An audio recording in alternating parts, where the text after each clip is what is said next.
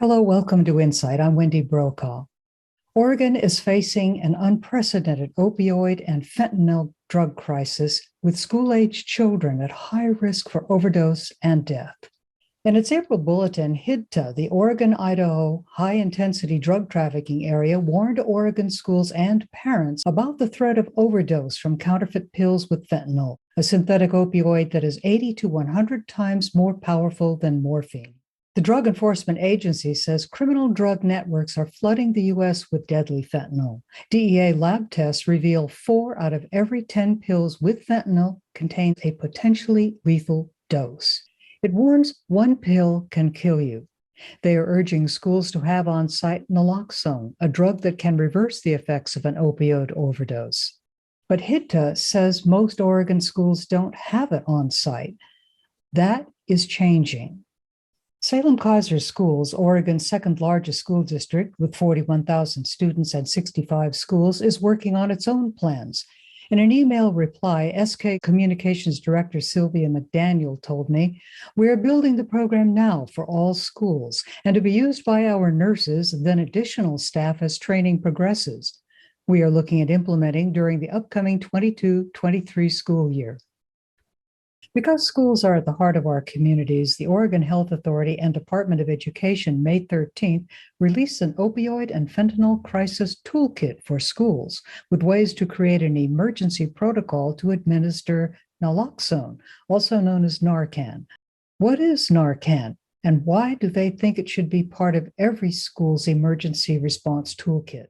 My guest today is Ashley Thirstrup. She is the Interim Director of Health and Education at OHA. Thank you for joining us today, Ashley.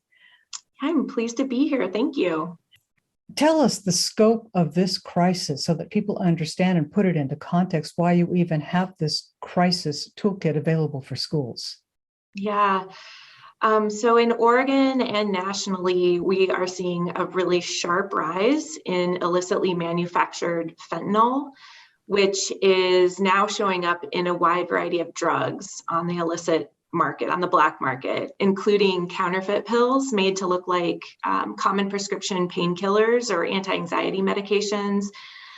These are drugs that, are often available to young people very easily. And in the ages that they are, there's a lot of risk taking that happens. Not for every young people, in fact, not for the majority of young people, but for the ones that are risk-taking, there's a very high danger of receiving a pill or a counterfeit pill that could contain fentanyl. And we know that a single pill can cause a deadly overdose. And so that's why we joined together with the Oregon Department of Education to create this toolkit that makes it much easier for schools to implement policies and practices to have life-saving medication, Narcan or Naloxone, on site to prevent and reverse an opioid overdose. So before we get into the ways that you can treat it on an emergency basis, let's just go over what you just said. People should know, students, parents, everyone, that whatever is out there in the way of pills that are from the street are not safe. They could kill you even with one dose. You don't have to be addicted. One pill can do it. Yeah, that's right. And it's especially dangerous for people that don't have experience taking opioids. It can really quickly lead someone into overdose. And then another key piece for your listeners to take away and to know is that a fake fentanyl-laced pill can be any color. It can look exactly like a pill that they may have received or have seen from that's legitimate from a prescription. And so another message that we really want to make sure that's getting out there is that nobody, not youth or adults, should not take medication that isn't prescribed to them. It's really important as these fake pills are really flooding the market. They're made to look like real pills, and some are marked with the same exact markings as prescription drug pills. Where are they coming from? Well, I'm definitely not the expert on supply, but what we do know is that many of these pills are coming in from other countries, from dealers in Mexico, in China, and finding this market here in the United States. And from what I understand, they can be cut with other opioids and other illicit drugs too, not just that one pill, but all kinds of things can go into that because it's so easy to create these pills. Yeah, that's right. I mean, we're seeing fentanyl showing up in powders as well, meth, in cocaine, in heroin, and so it's very much taking over. In fact, according to the Centers for Disease Control and Prevention, from May 2020 to April 2021, deaths due to accidental overdose surpassed 100,000 for the first time on record. And so this is really a crisis everywhere across our country. And of those 100,000 deaths, 64% of those were attributed to illicitly manufactured fentanyl. As I understand it, once this overdose crisis starts edging up and going up exponentially, it keeps going. It doesn't stop on its own. Yeah, unfortunately, because of the data, what the data is telling us is that this is a crisis that isn't going to end anytime soon. And so it's really important that all of us, the community members, that school administrators, teachers, educators, families know about the dangers of fentanyl and opioids, and that we are equipped to respond effectively. Let's talk about your number one approach with the schools is not just talking about prevention, getting kids to realize that drugs are dangerous, but actually intervention, harm reduction. And that is where you're talking about Narcan. Tell us more about that and why it's so important that schools have it on hand. Yeah, OHA and ODE are strongly encouraging schools to use the materials and resources in this toolkit to adopt policies and practices for safe and effective management and prevention of overdose in schools.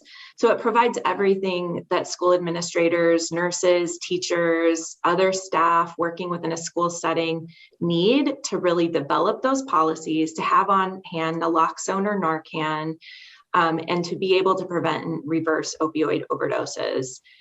Because we know when drug-related emergencies occur in or around schools with students, with others that might be on campus, proper response is really critical to save lives. And so that's really what this toolkit is about. It's about saving lives, and with the tools that are available to us with life-saving medication, naloxone or Narcan, which is a nasal spray and really easy to use. Also understand that it is also extremely safe. Narcan is a very safe and effective drug. You can't overdose on it. It's been used with children of all ages, and it's very safe. Yeah, that's right. It's really important to note that naloxone will not harm. So if it's mistakenly given to someone not actually experiencing an overdose, there's no potential for harming or addiction or other misuse of naloxone. There's also laws in place in Oregon which provide protections to school staff and anyone else who may believe in good faith that someone in their school community is experiencing an overdose of an opioid drug and they might use Narcan or naloxone. They will be at no risk of liability. So it's safe. It's designed to rapidly reverse an overdose. It's available in an injection or a nasal spray, and it can actually restore breathing within seconds. So it's very, very important to have that on hand if something like this, a tragedy like this, does happen in a school community. What are the signs of an overdose that people should know? An opioid overdose can be, somewhat tricky sometimes, but there are some clear indicators of the signs when someone is overdosing. So first, if the person's eyes are open, you'll see pinpoint pupils. There's typically slow or shallow breathing or no breathing at all in the event that it's progressing. There's often gurgling or snoring that you'll hear. And then the person is often very difficult to wake up, or they can't wake up at all. So you'll see sometimes that first responders will rub on the sternum to try to wake someone up. There can be extreme drowsiness in the beginning of an opioid overdose. And then as it progresses, cold, clammy skin, gray or blue skin, fingernails or lips. And so those are the signs that parents and folks in schools should really watch out for. And when they see those, how quickly can that go straight to crisis, as in death, near death? So it really depends on how much opioid the person has taken, as well as their tolerance level. It can happen fairly quickly, but sometimes over the course of 10, 15 minutes. So even longer sometimes. So it really depends. And that's why it's important to act quickly as soon as those signs are present. And if somebody does act quickly like that and the Narcan nasal spray is right there, it can actually reverse the overdose symptoms? Yes, within seconds. No wonder you want it in schools. No wonder you want it handy, because seconds count. Yeah, exactly. And so not only having it within the school building, but in buses, on the sports field, that would be the ultimate goal. There's another angle to this that I've noticed, and that is the stigma of even talking about drugs. And yet, if you don't address it and overcome the sense of stigma about drug overdose or anything, even talking about drugs, it may cost somebody a life if you don't get the treatment to them immediately. Yeah. Stigma is important to address. And we hope that with this guidance going out that we are starting to tackle stigma. I think so many of us in Oregon and nationally have been touched by the opioid crisis in some way, either personally or just recognizing, how it's playing out in our communities. And so that we're moving into a different phase, I would say, where having life-saving medication like Naloxone and Narcan is something that's just part of our first aid kit. It could be part of our toolkit. It's like having a defibrillator or an EpiPen available to school staff, in the event of an emergency. And when we're thinking about fentanyl in particular and the rise in fake pills and illicit pills, it's really around, it's a poisoning that can happen to a young person. So they may not have had any experience with addiction or substance use. And so we're really trying to think about this from the entire spectrum of how drugs can impact our communities and our young people. How will this help parents? So the toolkit is mainly geared towards school staff and administrators.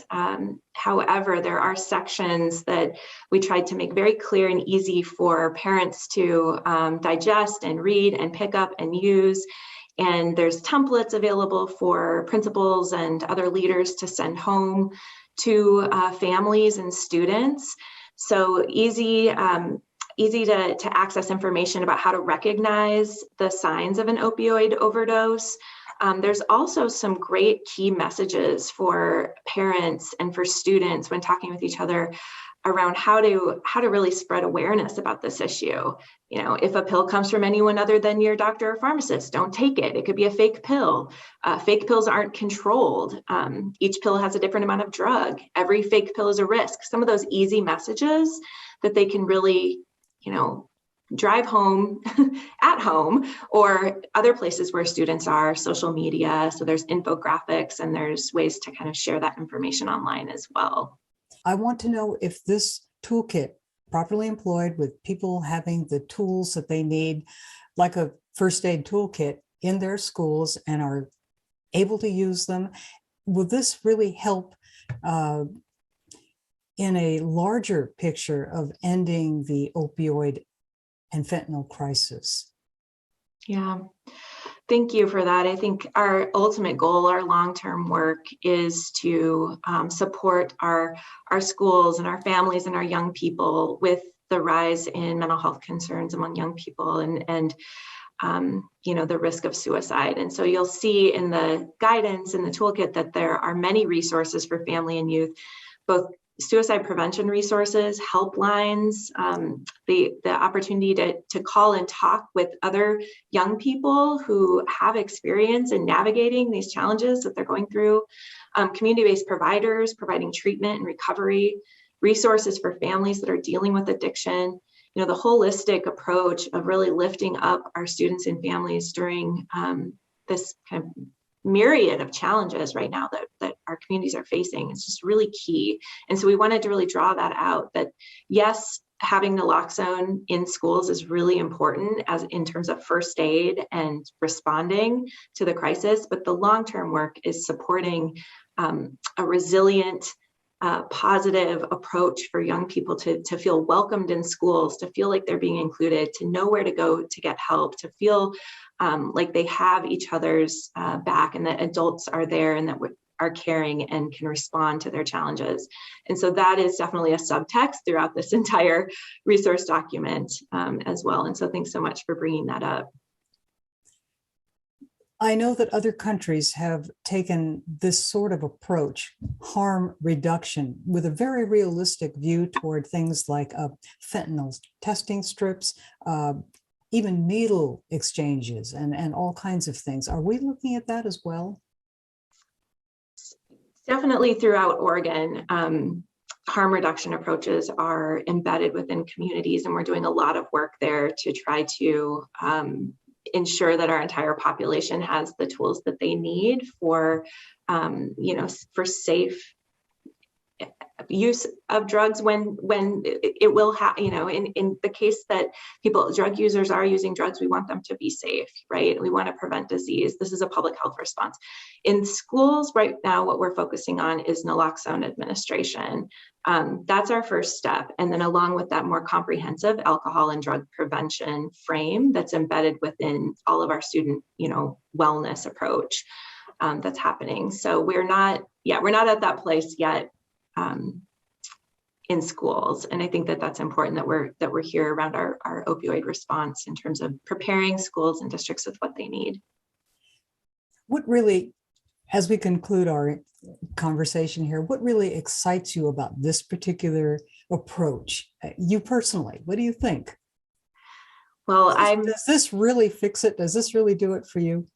This is a first one of the first steps, right, in the approach that many people have been working on for a long time. And what thrills me about this is that we can approach this from a statewide perspective. Schools have been asking for more support in how they can respond to this rising crisis, and we hope that this toolkit provides them with what they need to develop their policies, their local practices, to train up their staff, to know where to store and how to have easy access to naloxone, to keep track of information and be able to share that with their students and families about what's happening in their schools, to take, know what types of actions to take during an event like this.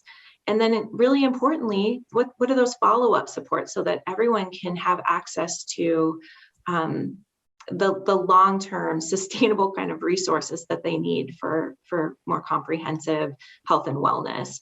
And so I'm really excited about those pieces and to see how this unfolds in Oregon.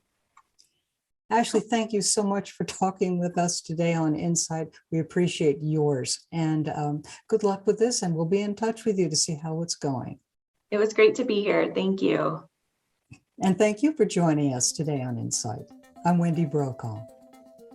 Learn more about the safest use and administration of naloxone on Oregon Health Authority's website at oregon.gov/OHA. Search for Naloxone Rescue for Opioid Overdose.